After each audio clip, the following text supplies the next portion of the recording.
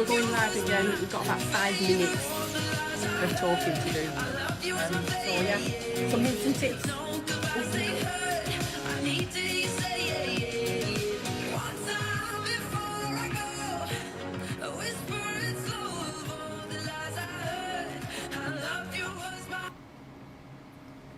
And that was all the lies. Coming up after we've had a bit of a chitty chat, we've got How Does It Feel? I'm 22, and we've got Sweet Little Mystery, Wet, Wet, Wet. Oh, takes me back. Yeah. So I've put your mic up, but don't speak yet. I'm just going to say, we've got about 25 minutes left of this show, State of Mind, with Jackie Jones and my sister Susan.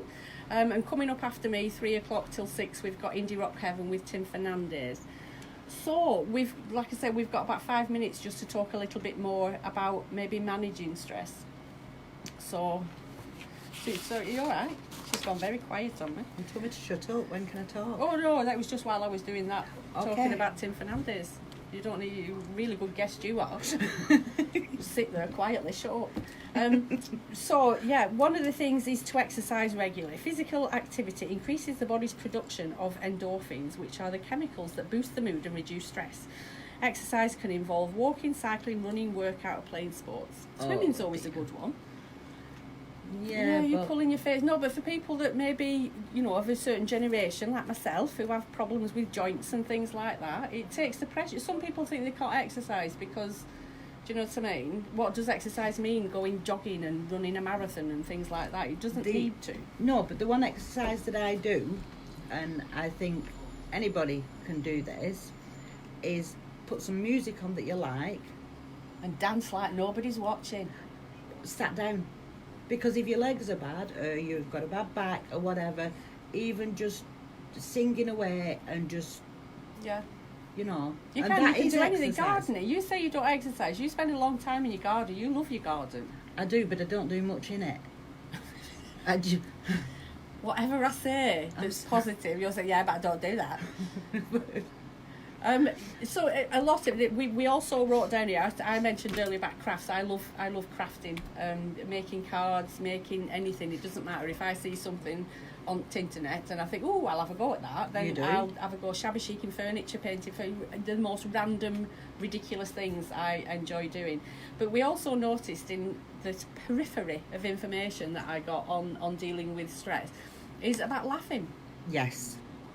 Yes, it's always put the kettle on and have a laugh. Yeah, and sometimes our family in particular can have dark humour. We do laugh at the most ridiculous of things. Yeah, and I think you can also tell with your laughing, like you say, when we're talking or things like that, whether we are actually stressed, because the laugh becomes hysterical. Yeah, we flip very easily into that hysterical laughter.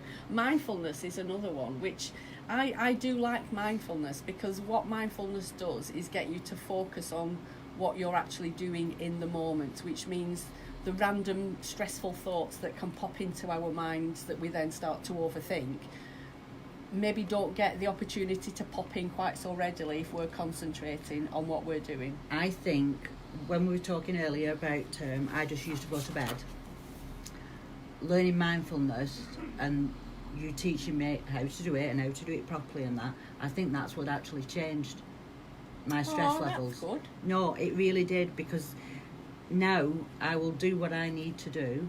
I will look after myself, and I use mindfulness when it does get too much for me. And I'm sure I've mentioned it before, there are some great apps out there on mindfulness that are free that you can download. Meditation, yoga, anything where it's not really about clearing your mind, because it's quite hard to clear your mind. If you you're get quite stressed about, if I'm practicing emptying my mind, I'm like, oh, I'm hungry, God, I want some chocolate. Where are the kids? What am I doing? I've got to do this for tea. And then I get stressed because these thoughts keep popping in my head. So it's not about clearing your mind, it's just about focusing on maybe what you're doing in the moment, which is mindfulness. There was something else.